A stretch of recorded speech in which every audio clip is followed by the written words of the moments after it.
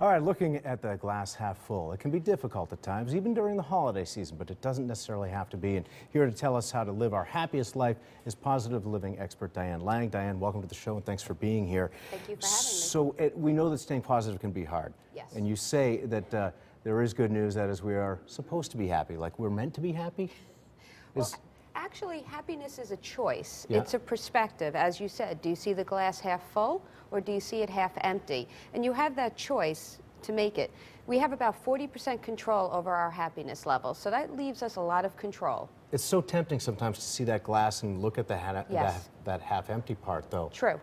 Tempting, not necessary, though. No, and you know, we talk about this now because of the holidays, but in general, one of the best ways to change your perspective is to do gratitude. And one of the things that we have all of our clients do and what we've done with research is to tell people to do what we call a gratitude check. When you wake up in the morning, first thing you say is, what am I grateful for today? Yeah. And then right before you go to bed, you want to do the same thing. What am I grateful for that happened today? And it really changes your perspective, especially at night. You know, when you go to bed and you get all that clutter in your head, I should have done this, I could have done that. Yeah. When you do the gratitude, it actually removes all of that negative clutter, and it actually is a form of meditation, so you are more peaceful and you have a better night's sleep just by adding gratitude into your life. So if I can't think of anything that went well that day, if it's just one of those really tough days, I don't like to call it a bad day, but a tough day, maybe I can just be grateful for the bed and the pillow that are under my body and my head. How about you had a very bad night, you wake up, and there's sometimes I just go, well, I'm grateful that I woke up this morning. Yeah. I can start the day, the sun is shining, it's not snowing yet. You know, whatever it is that you're thinking of, it could be your health, it could be your house, your job here, whatever it is. Now, Diane, I know we have about 7 tips that you talk about, 7 Yes. happiness tips, and let's start walking through those, if Sure. you will. And one of them, I think you already mentioned, Yes. that happiness is a choice. Yes. And that alone is quite a revelation, I think, for a lot of folks. Right, well, it gives you more power to know that you're in control. What else? You say committed relationships. How important is that? Actually, being in a committed relationship is very important as long as it's a healthy, good relationship. You don't want to stay in a relationship that's negative or toxic just to be in one. But when you're in a healthy relationship, you feel better and you have support. And the #1 factor for happiness is socialization, which is one of the tips up there. So the more social you are, which includes a committed relationship, you know, a spouse, a partner, plus having friendships and having that socialization in that community is so important for our happiness. Connection with others. And, Yes. How do age and happiness correlate here? Well, I love this one because I'm getting older, so I was so excited when I learned this one. But the older we are, the more confident we get, the happier we get, and we also realize that it doesn't really matter as much what others are thinking of us. It's more important what we think of ourselves.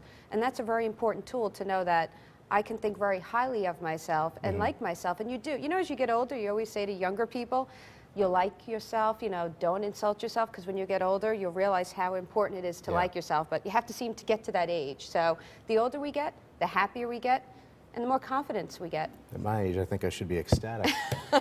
What next? Also, is it, what's the next one? Intellectualizing, or no, I'm jumping ahead. Let it be and have faith. Yes. You know what?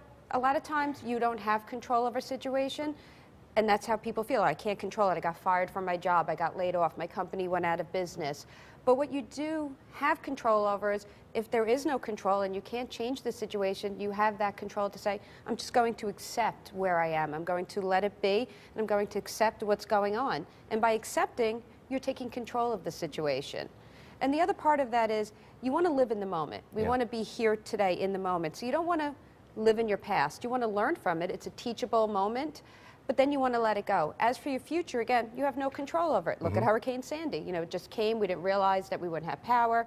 But you can plan as much as you can. So you set up those 529 for your kids, your IRA, you go to college. You can have at least influence on the future. And then let it go. So learn from your past, plan for your future, but live in the moment. Right now. Live today. Isn't that important? And you were saying earlier, be social, kind of tying that in with the relationships.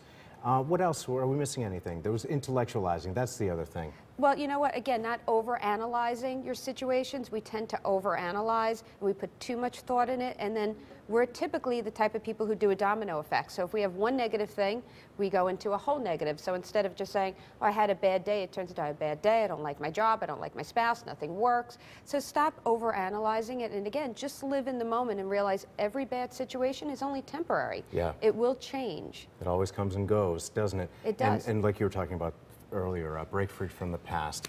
We have to go, but thank you so much. Thank you. I find that always very interesting and helpful when we get that kind of a reminder and that validation of the things we can do that really are within all of our grasp. We have control. It's common sense and stuff we can do.